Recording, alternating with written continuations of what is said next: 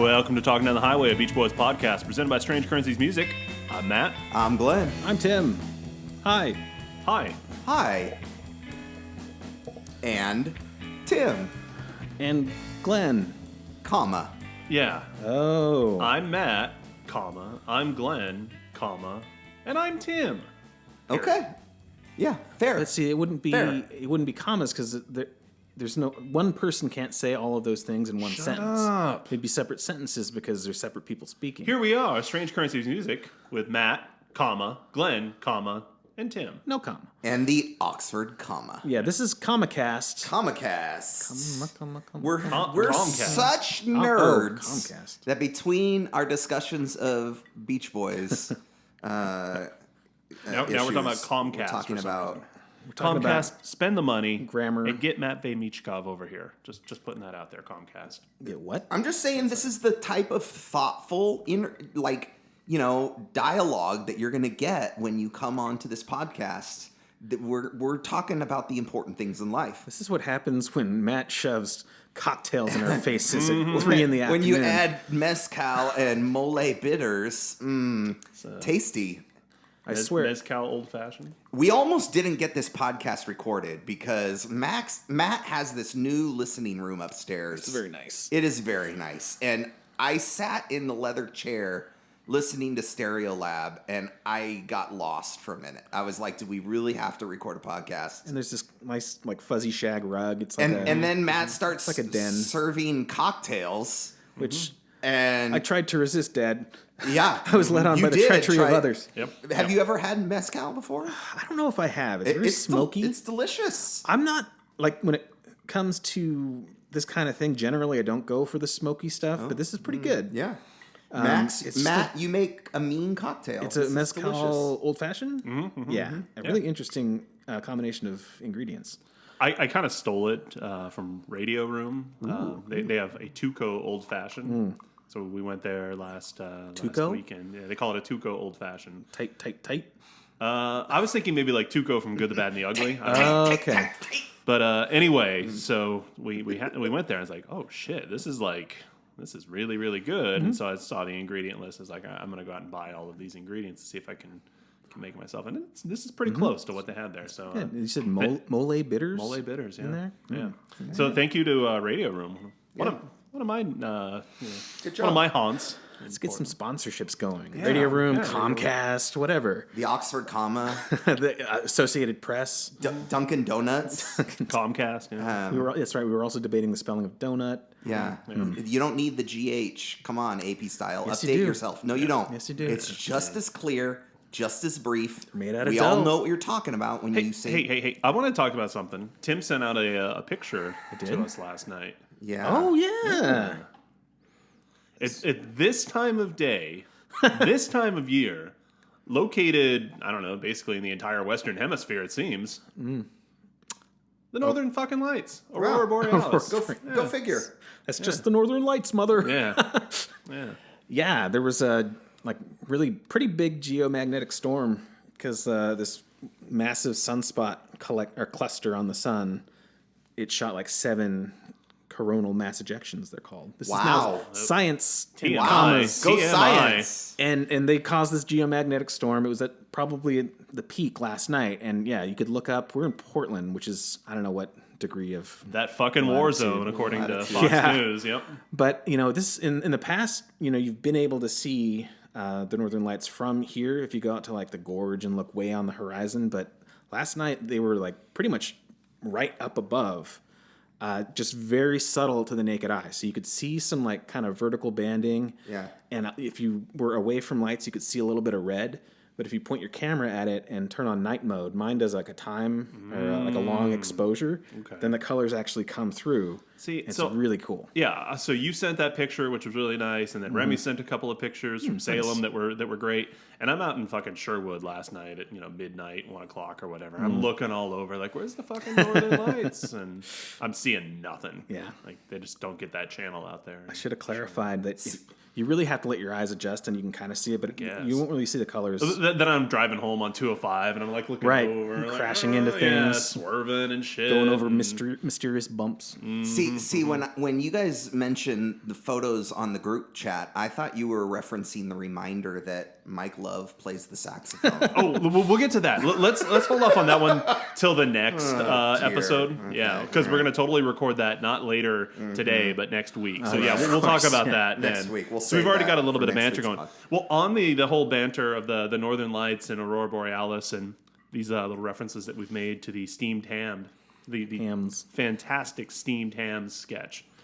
Guess who I met this week? Bill Oakley? Bill Oakley. In what way? How? I was at Simpsons Trivia, classic Oh, Simpsons Trivia, nice. Which is quite a great scene. This week or this month, they had a diorama thing. It was Diorama Rama. Nobody showed up with Star Wars toys in the figures packages? packaged, but there were some really good ones. But anyway, Bill Oakley, who lives in Portland, was the special guest. No way. That's cool. And so he was there to judge the diorama thing, and he did a Q&A. So anyway, I was going to refill my drink at the bar. And Bill Oakley's sitting right next to where you go to get your drinks and everything. And I looked over and noticed that his drink was empty. And I said, Bill, can I buy you a beer? And he's like, yeah, thank you. That's really, really nice. And I said, you know, all of the bonding that I've done with my kids over episodes that you have written, I said, it's the least I can do. He's like, I really, really appreciate that. And I was like, so which beer are you drinking? And he's like, it's the number 8. I said, number 8? And I really wanted to goad him into, the fake Yoko number 8. Is number 8. Is that what they do? 8? He was the script supervisor of that episode, but he didn't do it. But super nice guy. What was number 8? He seems really nice. It was some sort of a Pilsner lager, I think. I can't remember what it was. I was drinking the number 4 at night. He was the Simpsons showrunner, one of the showrunners in kind of the prime era, and he wrote the Steamed Hams, and he wrote a bunch of other episodes. Yeah. And he seems like a really cool, chill guy. He's Very cool. He's on socials now doing like fast food reviews and stuff, and reviewing like local spots. It's really cool. Yeah, so the Q&A, there were definitely some questions about like his favorite fast foods here in Portland. And Remy asked him a question. I think Remy was trying to get him to sort of admit this theory that Remy has had for a long time about how the Simpsons writers were really heavily influenced by Twin Peaks. Oh, well. Yeah. And so Remy's like, so were there any like contemporaneous shows at the time that were influential to you guys in the writing room and everything? And he's like, not so much contemporary shows, but we were all really into Green Acres. Yeah.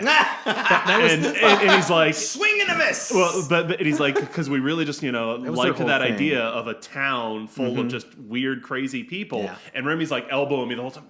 Exactly. Twin Peaks, a town full of weird, crazy people. But anyway, Maybe. so but he had some really cool insights. His favorite character to write for apparently was Superintendent Chalmers. Nice. Or as he's also known, Super Nintendo Chalmers. Just because he said that he always viewed Chalmers as the straight man. Yeah. And like he just had no patience and tolerance for the other people of Springfield because they were all just fucking insane. Right. He's the the sane one amidst the insane or whatever. Yeah. But then again, Chalmers did also want to see the Aurora Borealis located entirely within Skinner's that was Skinner's his kitchen.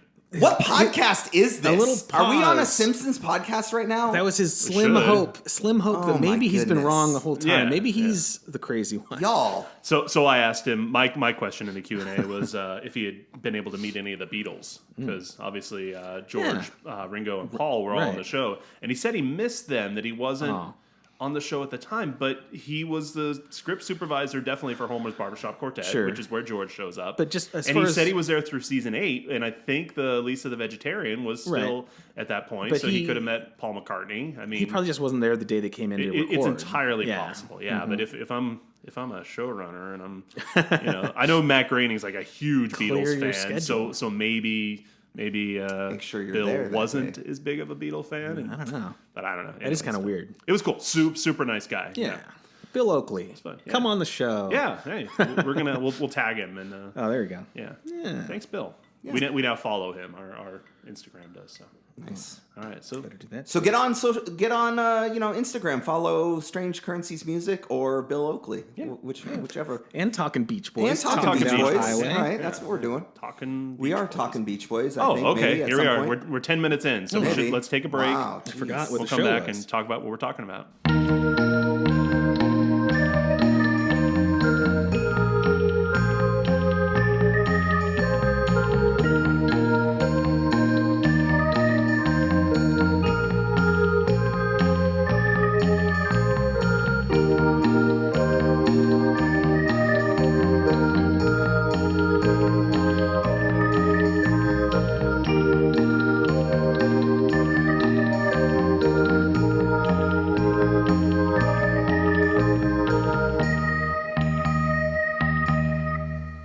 All right, we are back. And this week, we are discussing... Wait a minute.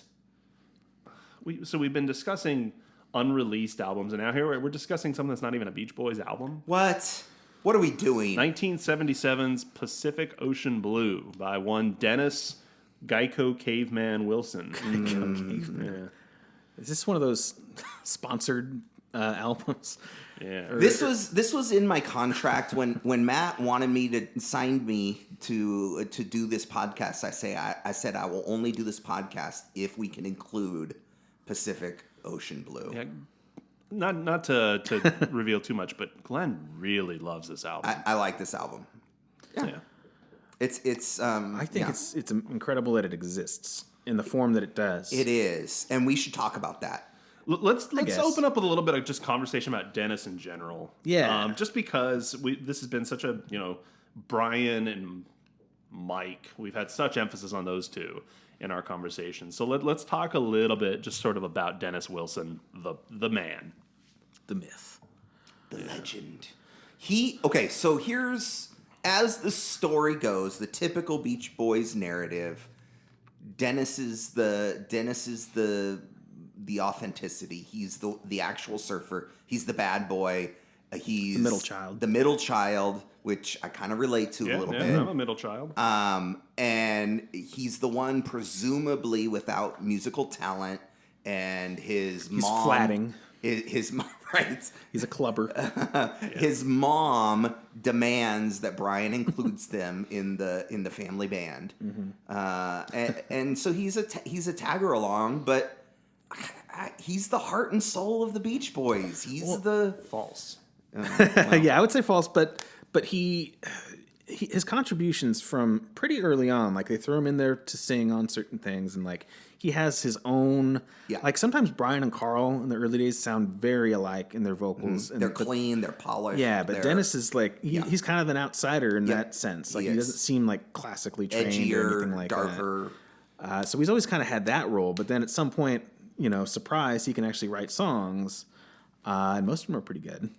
And surprise, Except for the they're ones all about kind of doing like, they're all kind of like chill on this album. They're On all this kind one, of, yeah. So Well, we'll get into this laid album back. soon Yeah. enough, but just Dennis, I don't know. The more and more I learn about the guy, just the more and more problematic he comes off. To me, he's a really violent guy. He was deeper into the Manson shit than certainly a lot of things led on. Really? That movie really just kind of glosses over all of the seedier, sordid details, but just didn't read in the wikis, I haven't looked into any of them. He's kind of deep into it, and he's giving him lots of money. Well, that I knew. And I don't know, even in the movie, he was really into the whole race war thing. He was super right, enthusiastic. right. There's Was something though. he? There's a quote on the wiki where he's telling somebody about how he saw Manson shredding basically a man to death, a black man with an M16 or something, and then he goes and buries a body in a well or something like that. What? And this is some sort of story that he just told Mike Love at some point. Yeah, I know the Mike Love factor there is always, but it's and you didn't think to tell somebody about this stuff, I don't know. He apparently marries Mike Love's daughter. like out of spite. When she would have been 17 or something, maybe. What? I don't know about that. Yeah. Huh. Yeah, well, Mike Love denies that this is his daughter. but she is Okay. She and Dennis were married to each other at the time of his death. Oh. And like her birth year was 1964. He dies in 1983. So at that point, and they did have a kid together by that point too. And they had been estranged for about a year. So she would have been like 19 when he died, which means that she would have been like 17 or so at least when they got married. Was this Allegedly Mike Love's daughter, which he denies. is that Karen Lamb? I don't know. I didn't take that note. Okay, no, that must have been earlier because she was his wife during Pacific Ocean Blue, which is Yeah, that quite was a bit earlier. He was married a few times. Mm-hmm. There's a really, I have this anecdote again from the wiki because we've been accused of reading books. Yeah, reading books, and we don't do that. We just read Wikipedia. Yeah. So after Dennis Wilson dies, this is a quote here from the wiki. Upon Wilson's death, Manson was quoted as saying, "Dennis Wilson was killed by my shadow because he took my music and changed the words from my soul." Wow. End quote. Next sentence. This is great. Manson never substantiated these claims. Really? How do you? Come on, man. Just a little proof. That's all we need. Just a photograph. That's all we need. All we Just need. one shadow. Yeah. Anyway, so Dennis is a weird fucking. I mean, all of the Beach Boys are weird fucking dudes. Yeah. Right. But I just feel like we've had this whole. Oh, He's Dennis, the cool guy. He's so cool. Yeah. And he's so underrated, and he looks like the Geico Caveman, and this album is this lost love classic, Geico. and Dennis is a 4.5, which I'm sorry, I got some resentment about that. Yeah, you do. Carl should You've be got a chip on your shoulder the over this one. 4.5, but Okay, whatever. Too late now. Whatever. It's too late now. But I agree. No. Okay. So here's the thing. You can talk about. You can bash the sweet memory of Dennis. Sweet. Give me a Well, fucking break. okay. Yeah. Now I'm just egging you on. But okay, the dude stood up to Murray.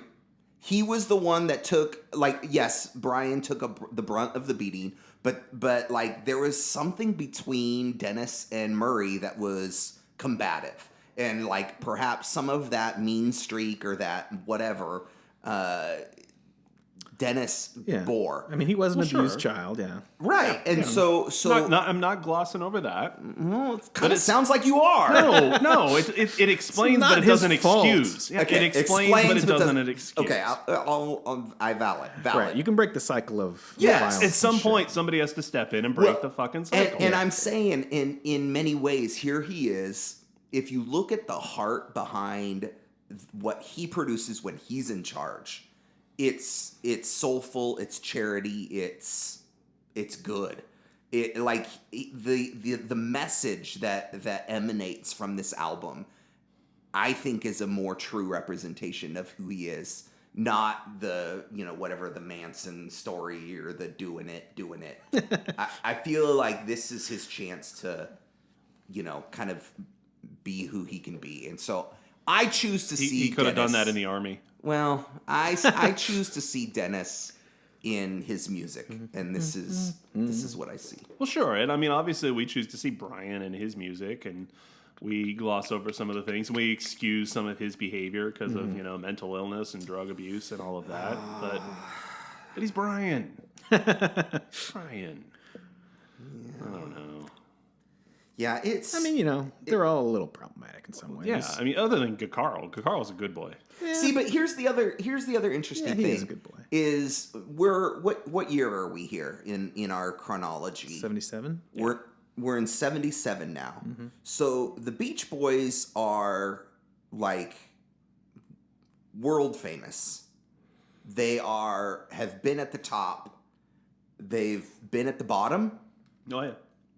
I mean, it's gonna get worse, but yeah. but they have tasted stardom. They have struggled. They have pushed through, But they're kind of falling apart at this point. right. And so they're kind of crumbling. And Brian is a mess. And Dennis is kind of like, I've got something that I've been kind of holding on to. And even the last piece, the last album we talked about was somewhat devoid of Dennis's contributions because he was holding back. You think? Are you talking about adult child, or No. The last Beach Boys, Love You. Love You. Yeah, they all held back because that's a Brian album. yeah. Yes, but I think there are Dennis has been writing stuff in the background that he could have contributed onto a couple of different Beach Boys productions. He's been doing that for a long time, like that Feel Flows box set, which is the Sunflower Surfs Up era. There's a lot of Dennis songs on there, and obviously he was writing all the way back to the Friends era, Little Bird, and I got a sense that this was the last bit. He's been kind of like building this up, and he's been kind of like, okay, I've been practicing, I've been contributing. I think it's my time to step out and do my thing. And I think this is an opportunity that we get to see what could have been, what would happen if we just give Dennis the support he needs. Don't let him step out from the shadow and let him do his thing. Right. I mean, he kind of the timing on it is pretty perfect because the group is sort of falling apart. They just kind of, I don't know what came first, but they basically rejected Brian's adult child and they start working on some piece of crap. But Dennis has the studio, the Brothers Studios, at his disposal, and all of his friends essentially. If you look at the personnel list for this album, it's super long. Like everyone's involved except Mike and Al essentially, and a lot of the studio guys. Maybe that's why I like it so much. Yeah, it's But you're right. People kind of rallied around him, and is Daryl Dragon involved again? I'm pretty sure he is. Yeah. What is your okay? Whatever. He's the captain. Yeah. Be nice to the captain. Yeah, Cappy.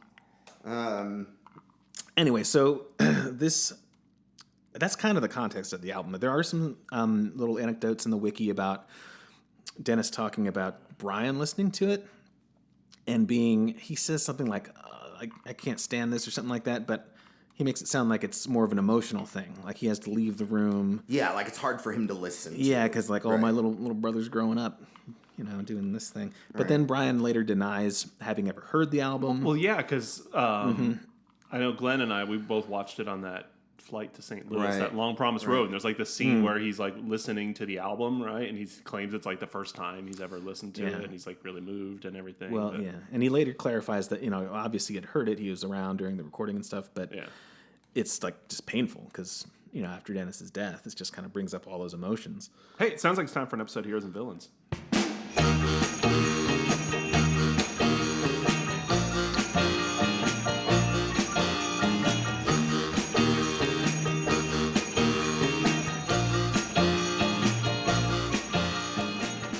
All right, Heroes and Villains. We're discussing heroes and the villains, whatever it is we happen to be talking about this week. And this week we're talking about Pacific Ocean Blue.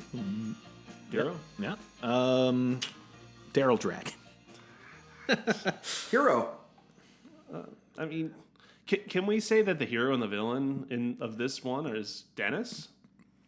What? I don't know if he's a villain in this context. I think you're trying to paint a picture here. You've got some ulterior motive. I don't know what it is. I have just said that the more and more I learn about Dennis, the less I'm into this whole, Dennis, he's such a, I don't know.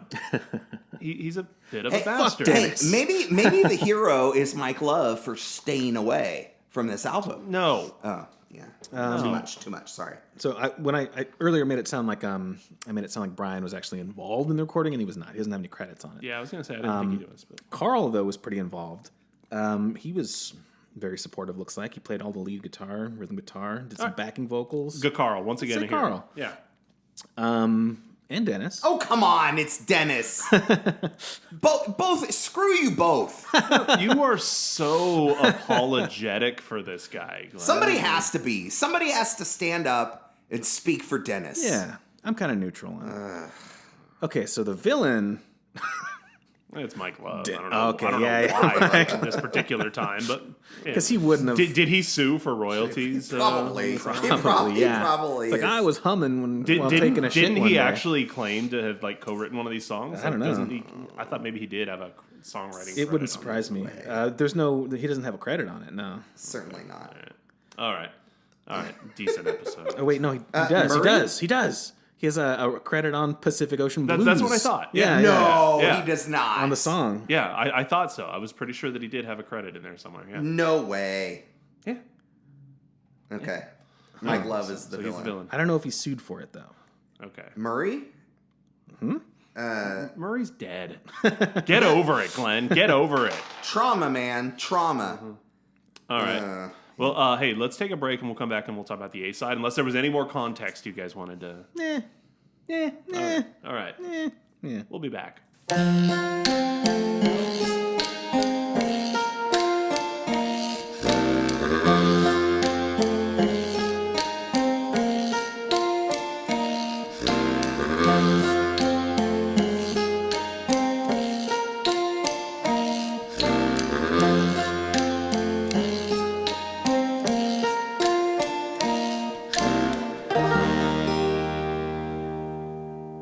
Got to do it. Yeah. All right, we're talking about the A side of Pacific Ocean Blue. Yeah. Dennis Wilson. Even though this is a Beach Boys podcast, we did Adult Child. We humored Brian to, we did Love You, which is a Brian Wilson solo album too. Not officially. Not officially, but But whatever. no, And so solo albums. we've got it. We've got to touch base. Yeah. This is a critical album. It's important for many reasons. Where did we come down? Is Carl and the Passions a Beach Boys album? Yeah. Okay. Glenn, Sorry. jeez. I'm just saying there's a lot of ambiguity. No, there's zero ambiguity. It's just a well, Beach Boys album called all right. Carl and the Passion's So Tough for some reason. So we have to cover Pacific Ocean Blue because this is a turning point, and Dennis Wilson has been unleashed, and Carl is quite a bit involved on this album in the production of it, and I personally have a soft spot in my heart for this album. It just checks all the boxes for me. But we need to look at it track by track. Right. And I mean, Track one, right out of the gate, River Song. And I want to say this one was co-written by Carl. There's a co-writing credit there. Okay. The other one that he co-wrote is on side 2, and those two are probably my highlights of the album. This is a fantastic song. It is. It kind of, to me, it kind of harkens back to, I don't want to say the Manson era or whatever, but whatever that song is called, Never Learn Not to Love. It kind of has vibes of that, of the Dennis Wilson arrangement, where it has like kind of like a choral, like a chorus vocal kind of thing, lots of voices, and it has kind of a hippie sort of feel to it. But I don't know, I like it. I like the production. I like the kind of positivity of it. And I like that outro where he says, do it, do it, do it over and over again. Because he loves to do it. He loves doing it. It's kind of what he's known for. That's his thing. Yeah.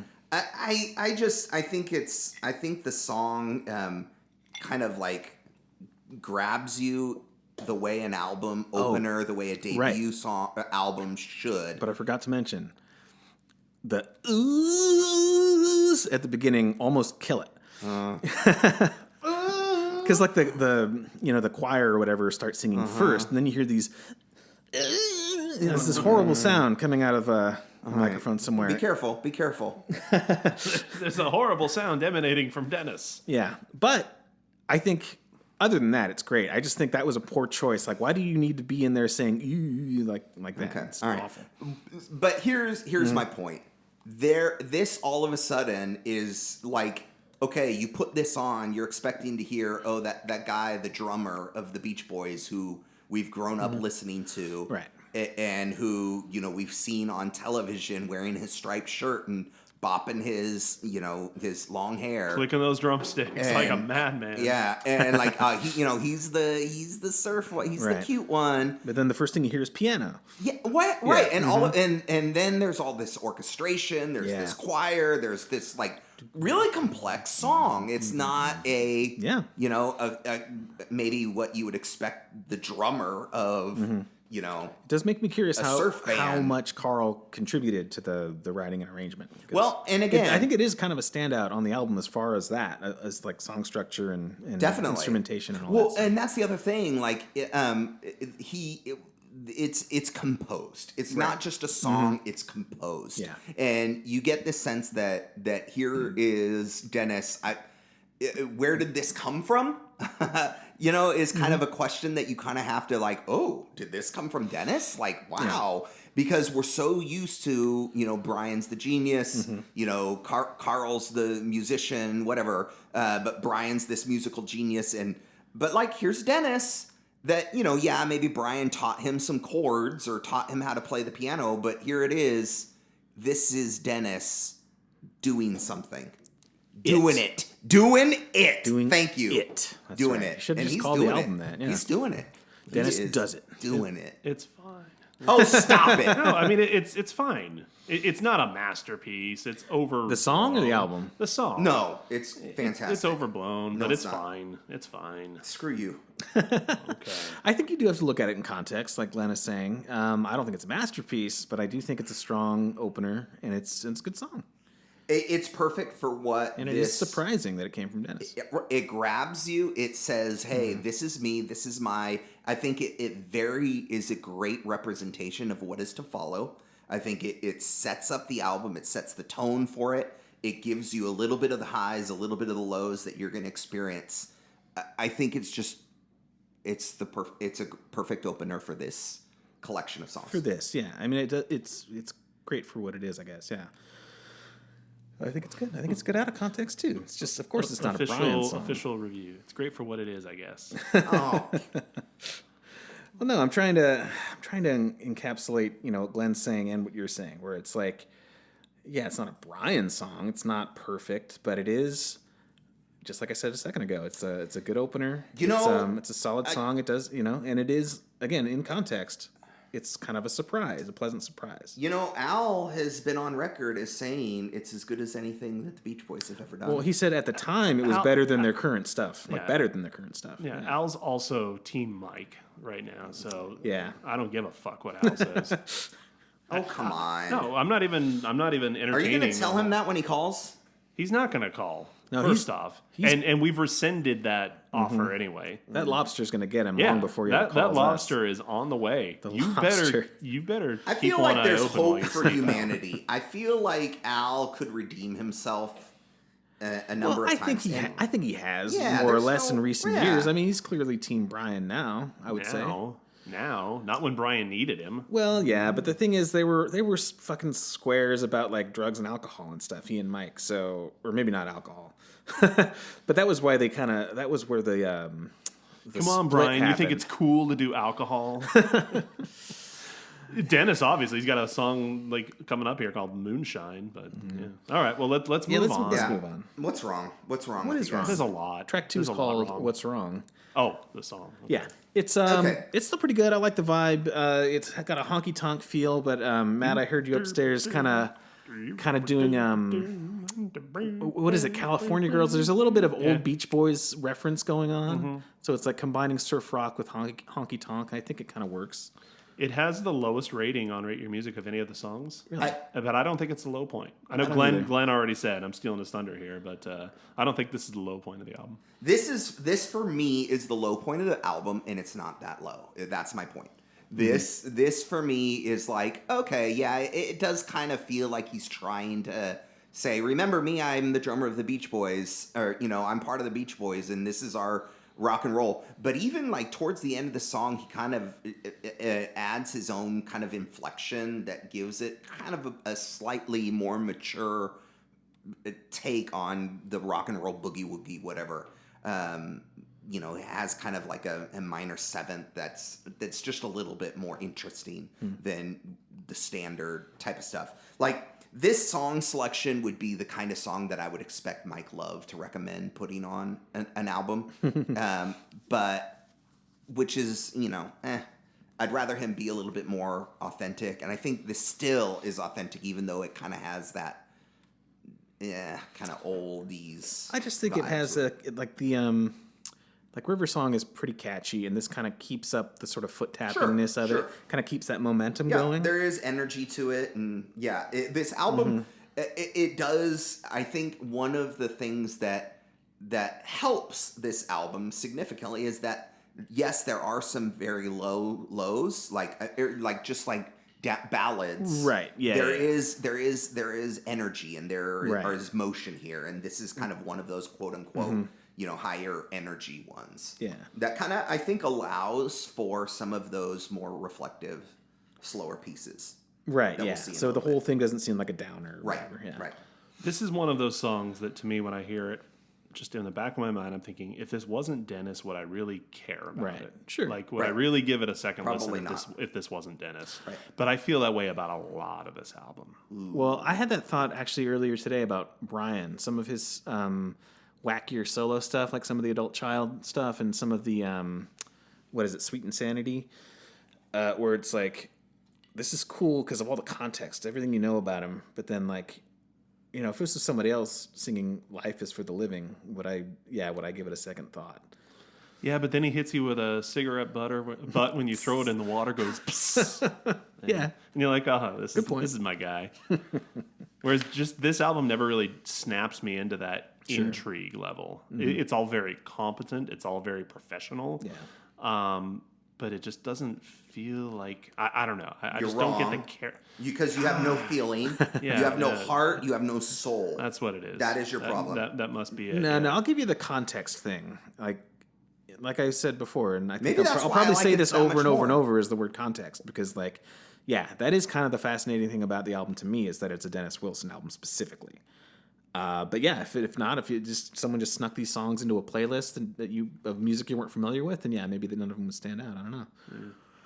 They would to me, but whatever. Moonshine. Moonshine is the next track. The intro is interesting. It has this kind of show tune feel. It's just piano and it's very slow. It almost sounds like he lifted it from some old Tin Pan Alley thing or something like that. I don't know. But then it goes into the song itself, which is just kind of meh. Yeah, it's very meh.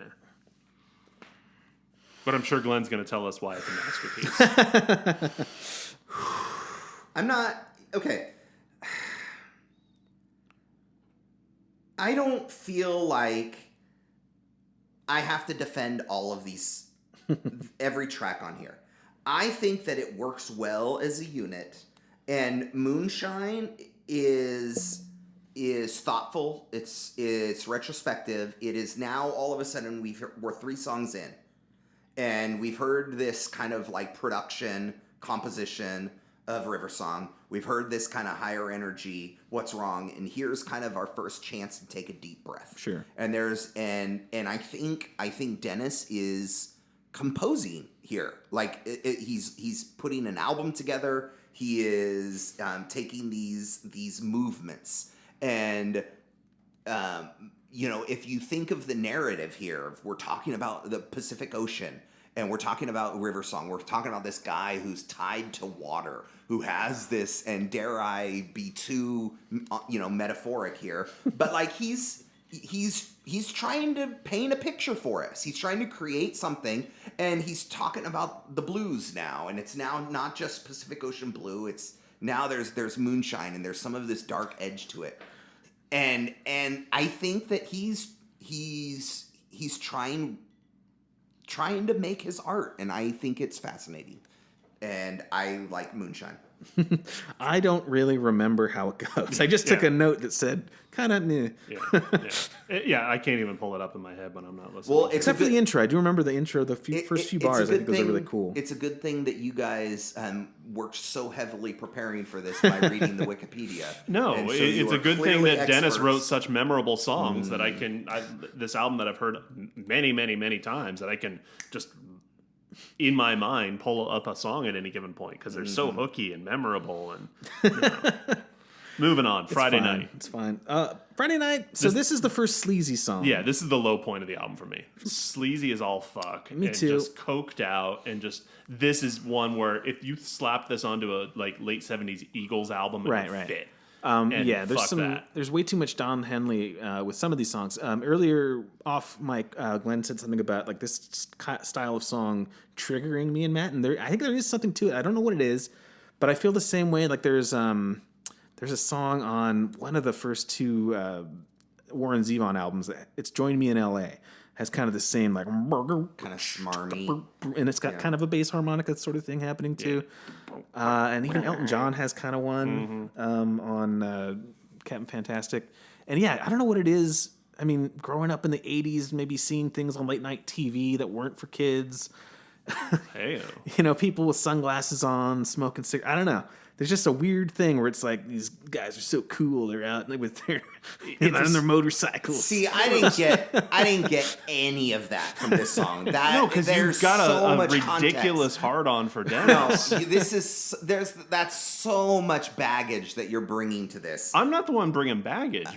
You're bringing baggage. You're like carrying Dennis's luggage. No, for him. okay. So here's the thing. I think I appreciate of that how that song kind of morphs about a minute and a half in. Not as much as some of the other songs. Not as much, but there is kind of a shift towards the end, and it kind of picks up and it goes somewhere. Whereas again, Are you sure you're not thinking of Dreamer? well, no. A lot of them do that, but about a minute in, this goes from being, it's almost like... Well, it's kind of instrumental for 2/3. Speaking of Right. minutes, we're already almost 41 minutes in, so let's pick up the pace here. I'm just saying it starts almost like an instrumental, but then then it comes into its own at the end. That's true. And I think there's intentionality. There's a place for it. I think there's some of the same criticisms that Matt is lobbying towards Dennis Wilson here as unmemorable instances could also be said for Radiohead. That there are pieces that are larger works and that they move together. They aren't supposed to be singles. They're not supposed to be like these hits. I'm not asking for a fucking single. I'm asking for something that isn't a coked out, sleazy, memorable. But like thematically, I kind of get what you're saying. Like there is kind of a vibe to this album. It's sort of a certain laid backness, but there's there's daytime songs and nighttime songs. And then there's a nighttime song. And then there's but not just daytime and nighttime, but there's some lighter songs but there's a darkness underneath too, though. You are reading way too Okay, much. Next song. Dreamer. I love this song. This is Dreamer. This is another sleazy one. This is the one where it actually sounds like Don Henley. Yeah. It reminds me of Dirty Laundry or something. freaking. Something about that bass harmonica. The bass harmonica's great. But what I don't get is how the bass. I guess it's because there's only two notes or whatever that he's playing, but like how different the vibe is with the bass harmonica here versus like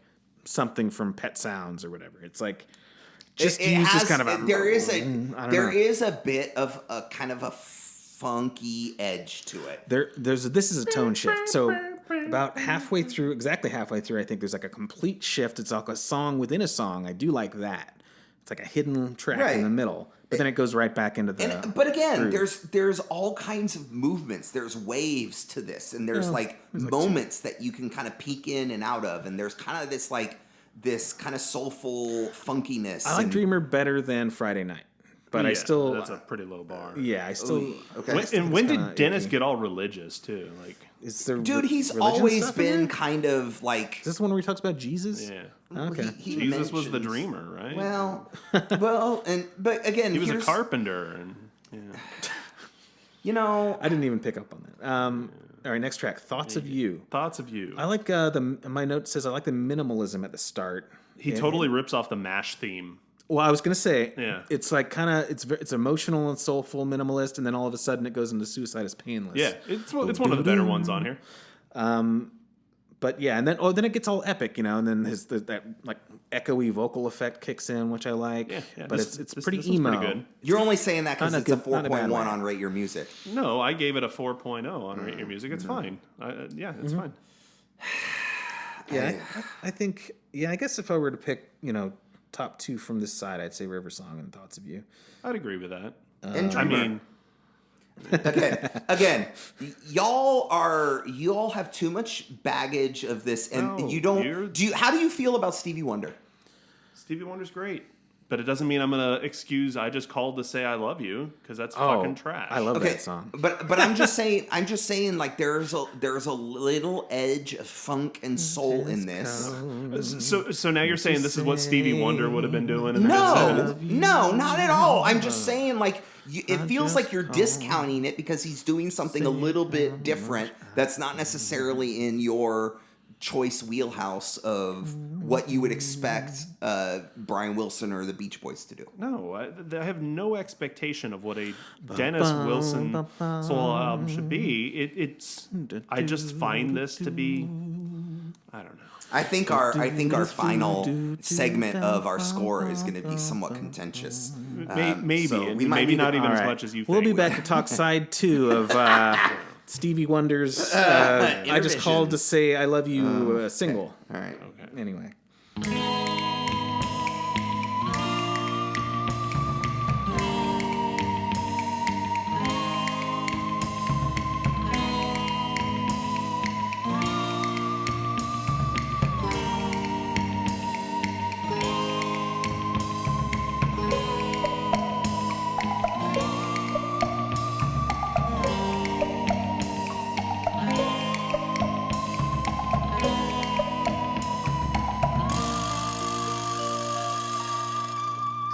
All right, so when I was 4 years old, my family took me to see Stevie Wonder at the Memorial Coliseum in Portland. I got fussy and made them leave the concert early. Screw you. The only time Stevie Wonder ever played in Oregon. Villain! And I ruined it. Tim is the villain of this All right, side 2. side 2. The song is Time. called Time. It's co-written with Dennis's wife at the time, Karen Lamb Wilson. I like the smooth trumpet solo. And it has this breakdown where there's a bunch of horns and like the drums I love get it. loud. Like 2 minutes in. I yeah. actually like it. It sounds very current. Like it could be like Yeah. a current, like maybe ironic prog kind of band or something like that. It's kind It's of hard a to describe. proggy pop, like, yes, it's... Except, yeah, it has some like hair metal guitar in there, but Yeah, the hair metal Yeah, guitar there's- sucks, but there are some moments otherwise, of that. I do kind of like this song. But yeah, there's a little bit of like a piano thing that almost has almost like a smile-ish motif to it Yeah. that I kind of like. But yeah, that hair guitar really kind of sucks a lot of the It life does, out of but it for me. it's not mixed super loud. Yeah, you know, it's still there, Yeah, though. but still, I like that little breakdown. Okay, good song. Whatever. Yeah, it's one of the better ones for me. Next one is called "You and I." This is the second single from the album. Neither Right. of them charted. The first one was River Song. Karen also co-wrote this one. Wrote this one. My note says very '70s, easy listening. It even has bongos. Yeah. And I have "It's Okay." Grab your drinks. This is... Brian Wilson has said this is his favorite song. Okay. Ever? No, he just said he liked this song off of it. But Yeah, it's not bad. It's good. I don't think there are any really like swing and misses. There aren't any bunts on this album. Like they're all. Yeah, I mean that's not a bad point because like you're right. He doesn't have enough songs probably in his bank to have any like throwaways. Like, well, I just got to fill out this album. Here's a piece of shit. It's like he's probably only got so many, and he's spent a lot of time making. I'd them. argue that whatever. because we've had there's all next kinds track. of other. Okay. Pacific Ocean Blues, yeah, not blue blues. the near title track. This is the one that Mike Love apparently had something to do with. He didn't. He sounds like Don Henley again here. Yeah. I do kind of like the lyrics. They're very like, and this makes me think maybe Mike did write these lyrics because they're so kind of weirdly over the top, environmentalist kind of stuff, like murdering the otters and things. Yeah. And so Slaughter of otters. So here's the thing. All right, now I'm sorry, and this may be a classic case of too soon. But the last person that should be lecturing anybody about dumping stuff into the Pacific Ocean is Dennis Wilson. Well, That was a low blow. because he dumped himself into the Pacific Ocean. Wow. Yikes. Anyway, Wow. next one. I, Farewell, My Friend. My only note is kind of schmaltzy, but I like it. I don't remember how it sounds. again, these are Farewell My Friends, Rainbows, and End of the Show are all kind of like this. I think this is the heart of Dennis pouring out. This is what he kind of wants to Kind of to ending say. it with his little emotional and I trilogy think thing. Yeah. Pacific Ocean Blues is kind of that like higher energy. This is kind of that a song that probably is going to get more plays in mass public whatever. All right. But like Farewell My Friend is heartfelt. It's kind of got the same You Are So Beautiful was kind of Okay. Dennis's signature. And you get some of that same kind of feeling from Farewell My Friend. All right. I have no memory of it, but apparently I like it. So Yeah, I rated this one relatively well. next track, Rainbows. This is probably my second favorite overall. This is the other one that Carl co-wrote. Has a mandolin in there. There's some really kind of like some cool instrumentation, good production. It has that kind of similar vibe to River Song. And at the very end, Dennis says, "Come on, baby," or something like that. He says "baby" in a very funny way, which I like. gets an extra point for that. Okay. Yeah, I rated this one pretty well too. Yeah, and then end of the show, I have It's Fine, but it sounds too similar to some of his other songs, I thought. There's one in particular that I can't... it's on a Beach Boys album that... come in, closer, closer. Cuddle Up. Is that Cuddle Up? Yeah, Okay. Cuddle Up. Which I like that song, but there's some vibes there that kind of reminded me of this. But yeah, it's not bad. Whatever. Again, there are a lot of these tracks that are on like a chill playlist. Falling asleep. Dennis does a good ballad. Like that's one of his strong suits. Like the thing here. is, like as much as I can kind of like fall asleep with really ballad heavy albums or sides of albums, like I kind of wouldn't mind just listening to nothing but like if this had all just been like Dennis kind of like mopey piano ballads, I might have liked that maybe a little more even. I don't know. See, I feel like, and again, if that's what he does well, I'm just saying that this as a work, you guys are a little triggered over Pacific Ocean Blues, Dreamer, River Song, which are kind of the higher energy numbers. I hate whales and otters, so that's why Pacific Ocean Blues triggers me. Oil spills are really more your jam. Yeah, I love them. So you would appreciate that more. See, like again, I guess I can see if you're triggered by the LA smarmy coked out scene, and maybe that's what you attribute to some of that higher energy, like that. late 70s. Well, not stuff, high energy. Not relative. Yeah.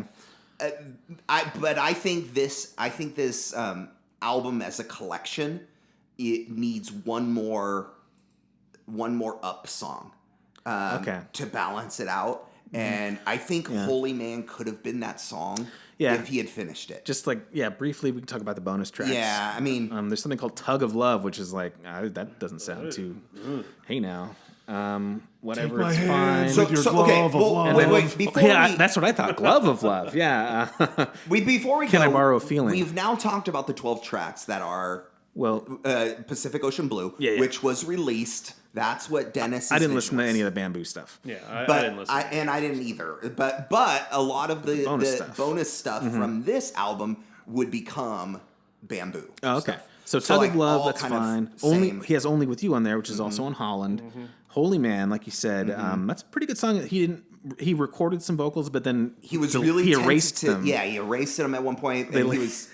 You know about the Taylor Hawkins thing? Yeah. It's weirdly good. Yeah, he sounds just like him, and it sounds like they use the exact same recording, just with Taylor Hawkins singing. Right. Well, and Jacobson helped finish it. Right. Like, he worked on it. He remembered the melody. He remembered the melody. They finished the lyrics. Well, and he had written the lyrics originally anyways. Right. But there was, like, Dennis had some trepidation over it. Like, he felt like he had a lot of vested, like, heart and, like, into it. Like, he put a lot of his soul into it. It was probably about Manson. Maybe. And so he couldn't bear to do it. If he really had put that on, race war. If he had finished that, if he had been capable of finishing that, put it on, this would have been a Brian Wilson album for me. Fuck that. Here, my last comment, Mexico. Instrumental track, this is the last bonus track. I love that. It's great. It's the same little tune over and over and over, but each time it resets and starts again, there's like another layer. There's some French horns, some trumpets. Yep. Really, really cool. Again, this is Dennis artistic. Oh, real quick, the cover is a low. Oh yeah, hold on. Time for an episode of Sound and Vision. We don't have time. Hold on.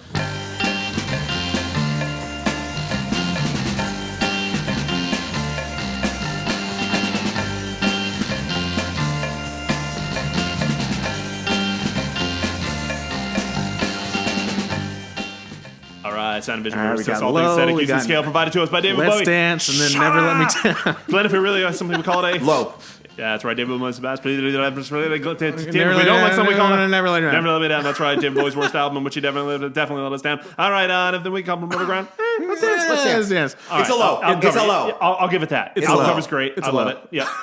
On board with that. Beard. Geico Caveman. Perfect. All right. Perfect. Great episode. Okay. Rating the album. Well, so here's the thing. All right. Now, Glenn is too fucking enthusiastic about this record. Yeah. Too much Glennergy about it. Sorry. And I feel inclined to like rate it lower because of that. I will be fair. I will give it what I think its actual rating is. But I'm going to say it is a complicated record Yeah. because for me, I first got it around the time when the reissue came out. And there was all this like, oh, this is a lost classic, and this is a record that's okay. impossible to find, So and kind it of was really, against really it. great. And you hear the phrase "lost classic" Right. and Beach Boys, and immediately Yes. like, Yeah, oh fuck right. yeah, pump it to my veins, kind of a thing. Right. And you look at the potential for it. Like God, the people who are playing, like Jim Jamerson is playing bass That's on this right, album. that's right. Hal Blaine on the drums. Like there's a Bruce Johnston though. But anyway, still. Like there's Dennis played a shit ton of instruments on yeah. it too. And there's a lot of potential, and there are moments where it is really good. You put it on and it sounds good. Again, just the musicianship is fantastic, but it just carries with it this very, Baggage. very sleazy. Your baggage. Shut up. Coke-addled sound. And my thought immediately as I'm listening to it is like, I would take a garden variety, whatever Harry Nilsson album from the 70s and listen to that infinitely more than this one. Or even a Randy Newman album or a Warren Zevon. Those are all so much better than this. Like those guys at their peak, if you want that LA coked out 70s Interesting sound. that your going back to context, your context is different than mine, because like I never even attempted to listen to this, probably didn't even know it existed until fairly recently. So I didn't have any like preconceived anything going into it. Yeah. So I don't know. Okay, rating it. Rate it. Glenn, you go ahead since you. Hey, love I'm it not so. gonna say it's a Brian Brian. Wilson. I'm not gonna say it's a Brian. Thank God. Is it a Dennis? It's a Dennis. It's a Dennis. Literally it is a Dennis. 4.5. It's literally a Dennis. And again, I think it's just one. It's one solid song. It's a finished Holy Man away from perfection for me. I would give it a Carl if I didn't dislike some of the songs as much as I do. How do you dislike these more than like any other? It's because of Don bunt? Henley. Don Henley triggers me for He's some reason. allowed to have an opinion. You That's are. a You are. different You're from allowed. mine. That's fine. So I'll give it an Al. I am really, really inclined to give it an Al. Like I think that's Deep where breaths. I Deep breaths. want to put it. You're giving it a breaths. Carl? I feel It like deserves a. I feel like it is the softest, lightest Carl. Like it is a frigid Carl, but a Carl nonetheless. I feel like I like it more than you, though. Maybe my barometer is just off. I think it is. I mean, I've listened to it a lot. I've had it for a long time. I've really gone like there was a point where I was probably like, yeah, it's pushing a Dennis, but it's an album. The more I hear, the less I like in some ways. Just because I always feel like, oh, it's gonna grow. I'm gonna like it more. And then I return to it, and it's like, Okay. it's just is not hitting me the way that I want it to. I don't know. Let's be honest. This is a spite rating. No, I've Everyone already who's said, listening knows this is a Dennis. It's fine. he can't rate it higher than me and it'd be a spite rating. If a Dennis is really a 4.0, then sure, I can go with that. But no, it's a frigid Carl. Like I'd put it right basically at that bottom line of what a Carl is. And I on many listens, I'm tempted to go all the way down to an Al with Tim. Wow. It's weird because, like I said, I feel like I liked it more than Matt, but I still don't feel like I could give it a Carl. Yeah. What's the last Carl? Al and a half. What's the last Carl album you rated? I haven't been keeping track. Right? See, you need to. I know, think you need to go and retest your palate. That's a good point. Maybe clarify your barometer. Maybe 2 weeks from now I'll have We'll see. All right. amended rating. Yeah. All right. All right. Well, let's take one final break and we'll be right back.